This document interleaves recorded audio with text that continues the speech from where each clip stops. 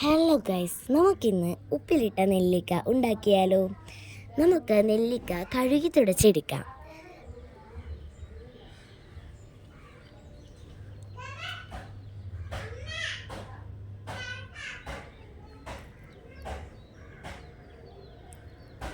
വെള്ളം ചൂടാക്കാൻ വെക്കാം.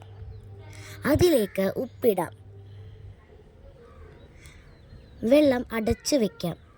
അതിനുശേഷം മുളകെടുക്കാം. കാന്താരി മുളകാണ് നല്ലത്. മുളക് കഴുകി തുടച്ചെടുക്കാം.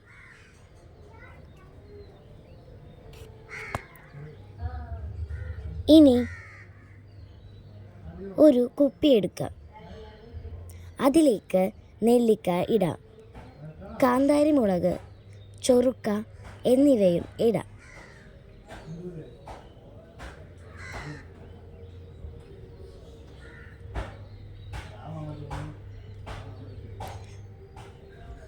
നേരത്തെ ഉപ്പിട്ട് തിളപ്പിച്ച വെള്ളം ആറ്റിയിട്ട് അതിലേക്ക് ഒഴിക്കുക.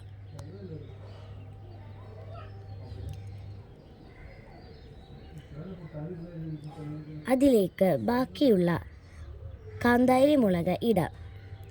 ഈ ചാനൽ നിങ്ങൾക്ക് ഇഷ്ടമായെങ്കിൽ സബ്സ്ക്രൈബ് ചെയ്യാം, സപ്പോർട്ട് ചെയ്യണേ.